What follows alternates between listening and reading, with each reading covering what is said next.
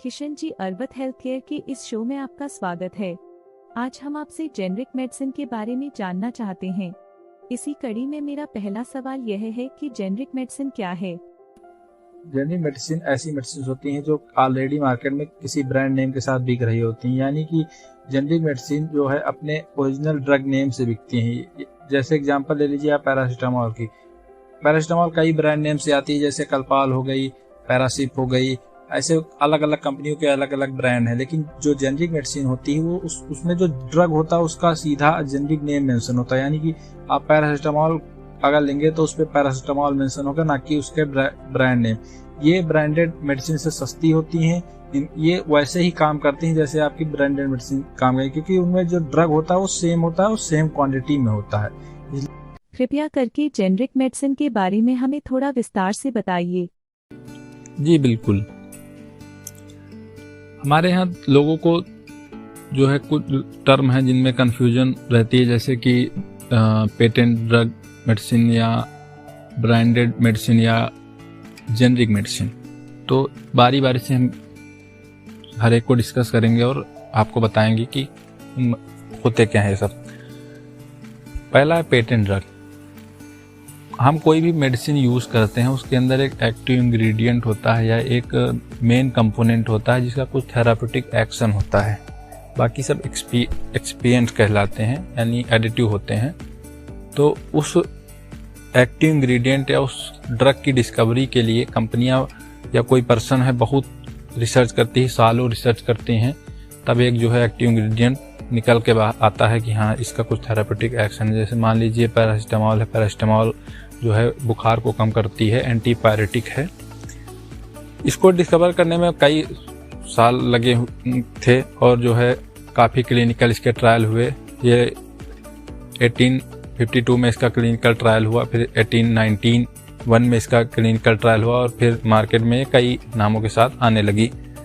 अब जैसे कोई पर्सन है, कोई फर्म है, उसने कोई ड्रग या कोई एक्टिव इंग्रेडिएंट डिस्कवर किया जिसका कुछ थेराप्यूटिक एक्शन है या क्लिनिकल एक्शन है कि कोई पर्टिकुलर बीमारी को वो ट्रीट कर रहा है, तो वो चाहेगा कि सिर्फ वही उसकी मैन्युफैक्चरिंग करे और उसको ही उसका पूरा क्रेडिट जाए, क्योंकि इसको डिस्कवर करने के लिए काफ़ी टाइम लगता है, अरबों रुपए लगते हैं, कई सालों का रिसर्च होता है। तो उसके लिए वो पेटेंट एक्ट बनाया गया और पेटेंट एक्ट के तहत उनको पेटेंट राइट दिए जाने लगे कि पर्टिकुलर ये इस पर्सन ने ये डिस्कवरी की है और इसी को ये अधिकार है कि 20 साल तक ये पेटेंट राइट जो मिलता है इसका टाइम पीरियड है 20 साल। 20 साल तक केवल वही मैन्युफैक्चर कर सकता है, बेच सकता है एज अ मेडिसिन, और उस जो पर्टिकुलर एक्टिव इंग्रेडिएंट है उस पे उसी का अधिकार है। तो वो पर्सन जो है अपने एक्सपेंस, अपने खर्चे को और जो है प्रॉफिट के लिए इन मेडिसिन के दाम जो है बहुत हायर साइड पे ले जाता है। और होता क्या है कि कई बार कंपनियां जो है इन पेटेंट राइट का बहुत गलत फ़ायदा उठाती हैं और बहुत ज़्यादा हायर साइड पे रेट्स को ले जाती हैं, प्राइस को ले जाती हैं प्रॉफिट के लिए, क्योंकि और कोई होता नहीं है मार्केट में उनके कंपैरिजन में, क्योंकि वो एक्टिव इंग्रेडिएंट नया होता है और सिर्फ वही उससे मेडिसिन बना सकते हैं, इसलिए उसका फ़ायदा उठाते हैं और जो है इनका प्राइस जो है बहुत हाई होता है। अब आते हैं ब्रांडेड मेडिसिन।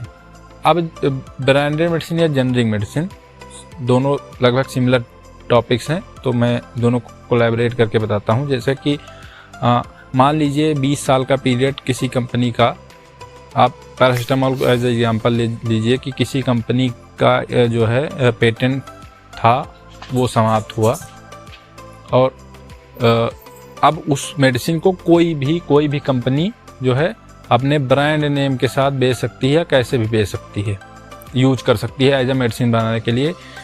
तो मान लीजिए कोई कंपनी है, उसने इस एक्टिव इंग्रेडिएंट का यूज़ किया और एक मेडिसिन बनाई। अब उस मेडिसिन को अगर वो एक ब्रांड के नाम से बेच रहा है, मान लीजिए कि अब एग्जांपल में लीजिए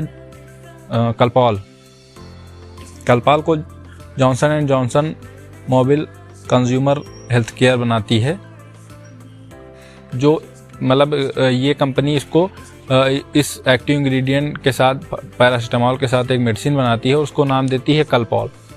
अब ये उसका एक ब्रांड हो गया, कलपॉल जो है उसका एक ब्रांड हो गया कि हाँ इस नाम से मैंने पैरासीटामोल मार्केट में बेची।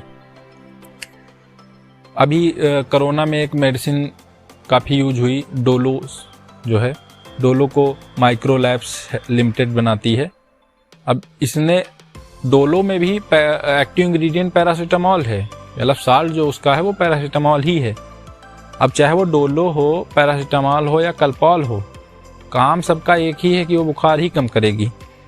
लेकिन अब ये जो डोलो है और कलपॉल है, ये किसी कंपनी के ब्रांड नेम के साथ आ रही है कि कोई कंपनी जो है अपने ब्रांड के नाम से इसको बेच रहा है, तो ये हो गई ब्रांडेड ड्रग। अब चूंकि इन कंपनियों को जो है इसके मार्केटिंग में और इसके जो है एडवर्टीजमेंट में बहुत पैसा खर्चा करना पड़ता है, तभी लोग को पता चलता है कि हाँ जो है टीवी पे प्रचार आता है, पेपर्स में प्रचार आता है, कई जगह जगह विज्ञापन लगे होते हैं, शॉप्स पे लगे होते हैं कि हाँ ये पर्टिकुलर मेडिसिन है और ये इसका काम है कि ये बुखार कम करती है। वो यहाँ पे वो नहीं दिखाते हैं कि उसके अंदर उसका जो मेन कंपोनेंट जो उसका ड्रग है वो क्या है।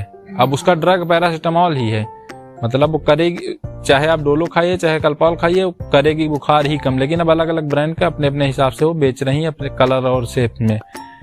फिर आप देखे होंगे सिप्ला की आती है सिर्फ पैरासीटामोल, उस पे लिखा होता है पैरासीटामोल, या उनका भी एक ब्रांड नेम है पैरासिप। तो अगर कोई किसी मेडिसिन के रैपर पे आपको सिर्फ पैरासीटामोल लिखा है, यानी उस जो मेडिसिन है उसके कंपोजिशन का या उसके ड्रग का नाम लिखा है, वो जेनरिक मेडिसिन है। अब चूंकि इन मेडिसिन का कोई एडवर्टीजमेंट नहीं हो सकता या नहीं किया जाता है, क्योंकि ये सस्ती होती हैं, इन पे उतना ज्यादा मार्जिन नहीं होता है। अब एग्जाम्पल के तौर पे आपको हम बता रहे हैं, जैसे आप नॉर्मली पैरासीटामोल, जैसे आपने डोलो लिया, डोलो या कलपॉल ली, तो ये एक गोली लगभग 2 से 2.5 रुपए के बीच में आएगी। और आप जेनरिक पैरासीटामोल ले रहे हैं तो वो 60 पैसे से लेके 1 रुपए पर गोली जो है उसका रेट होगा। अब चूंकि दोनों में पैरासीटामोल ही सेम है, एक्टिव इंग्रेडिएंट उनका सेम है, दोनों में पैरासीटामोल है, काम वो बुखार कम करने का ही करेंगी। लेकिन अब एक ब्रांड नेम है, एक ब्रांडेड दवा है, और एक सिर्फ किसी कंपनी ने उसको सिर्फ पैरासीटामोल के नाम से बना दिया, चाहे वो खुद जो है माइक्रोलैब्स ही जो है केवल पैरासीटामोल के नाम से बना देगी, तो उसका प्राइस जो होगा वो कम होगा, क्योंकि उसके मार्केटिंग और एडवर्टीजमेंट और उसके पैकेजिंग पे ज्यादा पैसा खर्च नहीं होता है। तो बेसिक यही मतलब जो है इन तीनों का डिफरेंस है कि जो है आपका पेटेंट ड्रग जो होता है वो पहली बार किसी कंपनी या फर्म ने डिस्कवर किया, उसके पेटेंट राइट लिए, उसको 20 साल के लिए पेटेंट कर दिया गया कि वो 20 साल के लिए केवल यही कंपनी इस पर्टिकुलर ड्रग को एज अ मेडिसिन यूज बना सकती है, बेच सकती है। फिर उसके बाद जब उसका पेटेंट राइट खत्म हुआ, दूसरी और कई जो है कंपनियां आई और उस एक्टिव इंग्रेडिएंट का यूज करके जो है अपने ब्रांड नेम के साथ, अलग अलग ब्रांड नेम के साथ उस एक्टिव इंग्रेडिएंट का यूज करके मेडिसिन बनाई और मार्केट में बेची। और सबसे लास्ट में आता है जेनरिक मेडिसिन, यानी कि आप जो है उन केवल एक्टिव इंग्रेडिएंट के नाम से मेडिसिन बेच रहे हैं और वो उन पे केवल मैन्युफैक्चरिंग का जो है खर्चा आ रहा है, तो वो ऑलरेडी जो है काम वही कर रही हैं, इफेक्टिव हैं, सब कुछ सेम है, बस प्राइस कम है। तो यही जेनरिक मेडिसिन के फायदे हैं कि उसके प्राइस कम होते हैं और वो असरदार उतनी ही होती है जितना ब्रांडेड होती है, पेटेंट होती है, क्योंकि जो एक्टिव एजेंट है या एक्टिव ड्रग है वो सेम है तीनों में। बहुत बढ़िया, आशा करती हूँ कि हमारे दर्शकों को समझ आया होगा। इसी के साथ मेरा अगला सवाल यह है कि भारत की फार्मा इंडस्ट्री और देश की इकोनॉमी जेनरिक मेडिसिन से किस प्रकार प्रभावित है। इस टॉपिक पर बात करने से पहले आइए हम एक नज़र डालते हैं इंडियन फार्मा इंडस्ट्री पर। इंडियन फार्मा इंडस्ट्री जो है वर्ल्ड की सबसे लीडिंग जो है फार्मा इंडस्ट्री है, कि इसी वजह से इंडिया को वर्ल्ड की फार्मेसी कहा जा रहा है। क्योंकि जैसा कि आप सभी ने देखा, कोविड के टाइम पर इंडिया ने किस तरह से बहुत ही कम समय में कोविड वैक्सीन्स जो है पूरे वर्ल्ड में सप्लाई की थी और अभी भी कर रही है। तो आइए हम कुछ इम्पोर्टेंट जो है पॉइंट्स देखते हैं। इंडिया जो है इंडियन फार्मा इंडस्ट्री जो है वर्ल्ड में वॉल्यूम के मामले में तीसरे स्थान पर और वैल्यू के मामले में 14वें स्थान पर आती है। इंडिया वर्ल्ड की 50% वैक्सीन की डिमांड को पूरी करता है। यही नहीं, यूएस की 40% जेनरिक मेडिसिन और 25% अन्य दवाओं की डिमांड भी इंडिया ही पूरी करता है। इंडिया वर्ल्ड का लार्जेस्ट जो है हाइड्रोक्सीक्लोरोक्विनीन का प्रोड्यूसर है, जो एक एंटी मलेरियल ड्रग है, और सबसे ज़्यादा सप्लाई इंडिया ही इस ड्रग की करता है। लगभग 80% जो है एंटी एड्स ड्रग जो होती हैं, जो एड्स को ट्रीट करती हैं, उनकी सप्लाई भी इंडिया ही करता है। WHO ने 1999 में अफ्रीका में एड्स को महामारी घोषित कर दिया, क्योंकि एड्स ने वहां लाखों की संख्या में लोगों की जानें ली। तब इंडिया की कुछ कंपनियां जैसे सिप्ला, सनफ्लावर, रेनावैक्सी ने बहुत सस्ते दामों में जेनरिक मेडिसिन वहां उपलब्ध कराई और अफ्रीका में लाखों लोग की जान बची। और पूरे वर्ल्ड ने माना कि अगर इंडिया वहां पर ना होता तो अफ्रीका इतनी जल्दी एड्स पर कंट्रोल ना कर पाता। अब आइए हम देखते हैं कि इंडियन फार्मा इंडस्ट्री कैसे इंडिया की इकोनॉमी को अफेक्ट करती है। इंडियन फार्मास्यूटिकल इंडस्ट्री जो है 1.5% डायरेक्टली और 3% इनडायरेक्टली कंट्रीब्यूट करती है इंडिया के जीडीपी में। India drug and pharmaceutical export है वो जो है सितंबर 2022 में 2196.32 मिलियन $US था। अब आइए हम अपने मुख्य चिंता के विषय पर चर्चा करते हैं कि जैसा कि हमने देखा, इंडिया जो है वर्ल्ड में कई देशों में जेनरिक मेडिसिन सप्लाई करता है। यूएस की 40% जो है टोटल जेनरिक डिमांड को पूरी करता है।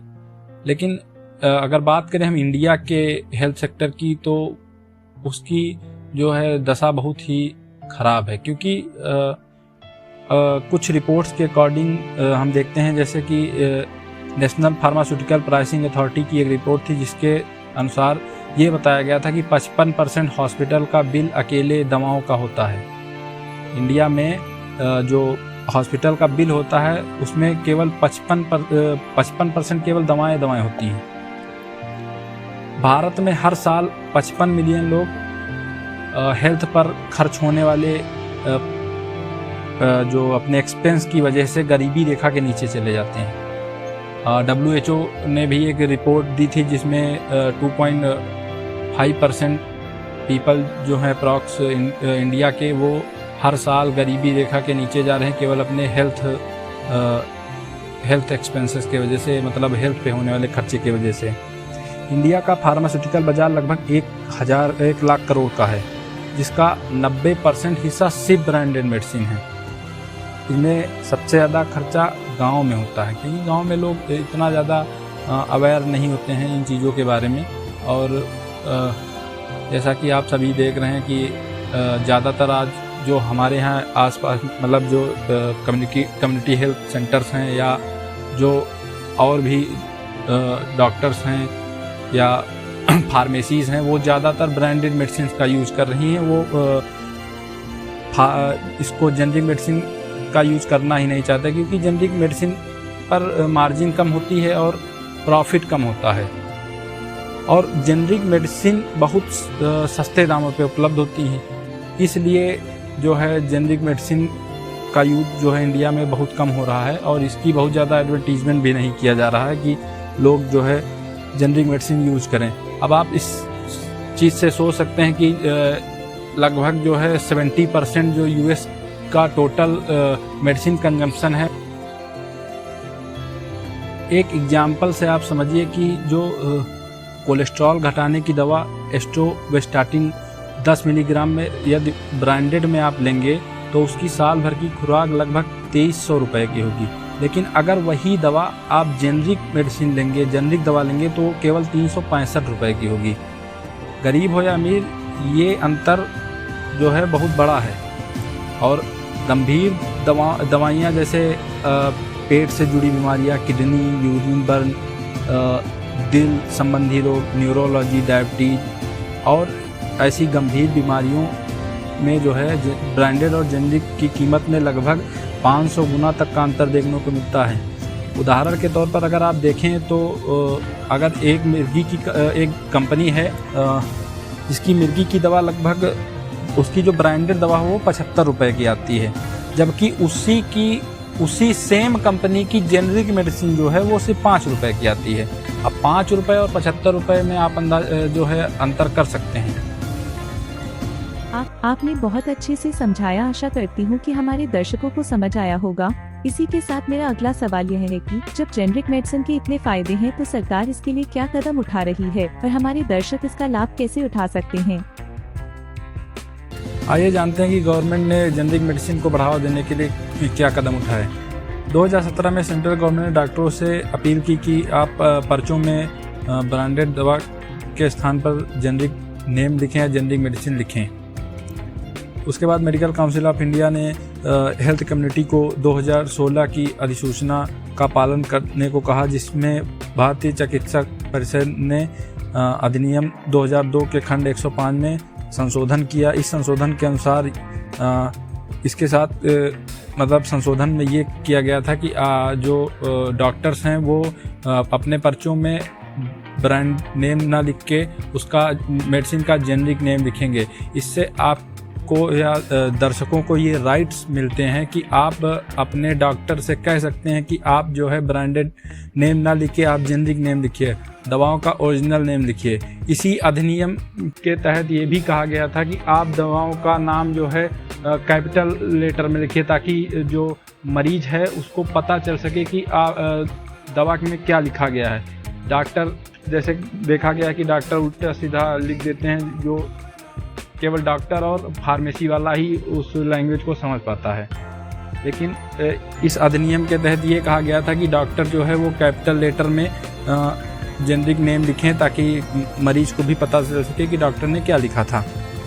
इसके साथ ही मोदी सरकार ने पूरे देश में भारतीय जन औषधि केंद्र खोले। ये जन औषधि केंद्र आपके मुख्य चिकित्सालय के आसपास या आपके शहर में मिल जाएंगे, क्योंकि बहुत व्यापक पैमाने पर ये जन औषधि केंद्र खोले गए। इन जन औषधि केंद्र पे जेनरिक मेडिसिन बहुत सस्ते दामों में उपलब्ध है और आप उन मेडिसिन का जो है लाभ उठा सकते हैं। अब आइए हम जानते हैं कि हमारे दर्शक कैसे इस जो है सेवाओं का फ़ायदा उठा सकते हैं। पहला तो जब आप किसी डॉक्टर के पास जाए ये तो आप उनसे कहिए कि आप ब्रांड नेम ना लिख के उसका जेनरिक नेम लिखें। ये आपका अधिकार है, आप उनसे कह सकते हैं, वो आपको मना नहीं कर सकते कि हम जो है जेनरिक नेम नहीं लिखेंगे। उसके बाद आप जो है जब फार्मेसी पर किसी भी फार्मेसी पर जाइए तो ज़्यादातर फार्मेसी पे जब आप जेनरिक मेडिसिन का जेनरिक नेम लेकर जाएंगे तो डॉक्टर जो फार्मासिस्ट है वो यही कहेगा कि जो है ये मेडिसिन हमारे पास उपलब्ध नहीं है, क्योंकि वो ऐसा इसलिए कहता है क्योंकि ब्रांडेड दवाओं पे उसकी मार्जिन ज़्यादा होती है, उसकी कमाई ज़्यादा होती है, इसलिए वो मतलब जेनरिक मेडिसिन बेचने से कतराता है। जब आपके पर्चे पर जेनरिक नेम लिखा हुआ होगा तो आप उस जेनरिक नेम मतलब उस पर्चे को आप ले जा सकते हैं जन औषधि केंद्र पर, जो भारतीय जन औषधि केंद्र खोले गए हैं केंद्र सरकार के द्वारा। आप उस पर उस पर्चे को ले जाइए और उस फार्मासिस्ट को आप जब वो पर्चा देंगे तो उस प्रिस्क्रिप्शन के हिसाब से आपको जो है दवाएं दे देगा, क्योंकि वहाँ पे जो दवाएं उपलब्ध होती हैं वो जेनरिक नेम से उपलब्ध होती है। आप ब्रांड नेम लेके जाएंगे तो वो फार्मासिस्ट आपको दवा नहीं दे पाएगा, क्योंकि वहाँ पे जो दवाएं होती हैं वो सिर्फ जेनरिक नेम से उपलब्ध होती है और तमाम ब्रांड की दवाएं हैं तो उतना ज़्यादा उस फार्मासिस्ट को जानकारी नहीं होती कि ये इस ब्रांड नेम में कौन सा मतलब साल्ट है या कौन सा कंपोजिशन या कौन सा जेनरिक नेम है। इसलिए आप डॉक्टर से कहिए कि आप उसमें जेनरिक मेडिसिन जो है प्रीफर करें और जो है उसको आप जो है जेनरिक मेडिसिन से खरीदें, क्योंकि इससे आपको बहुत बचत होगी। आशा करते हैं आपके द्वारा बताई गई जानकारी हमारे दर्शकों को समझ में आई होगी। आपका हमारे शो में आने के लिए धन्यवाद। इसी के साथ आज का शो समाप्त हुआ। शो को अंत तक देखने के लिए दर्शकों को धन्यवाद।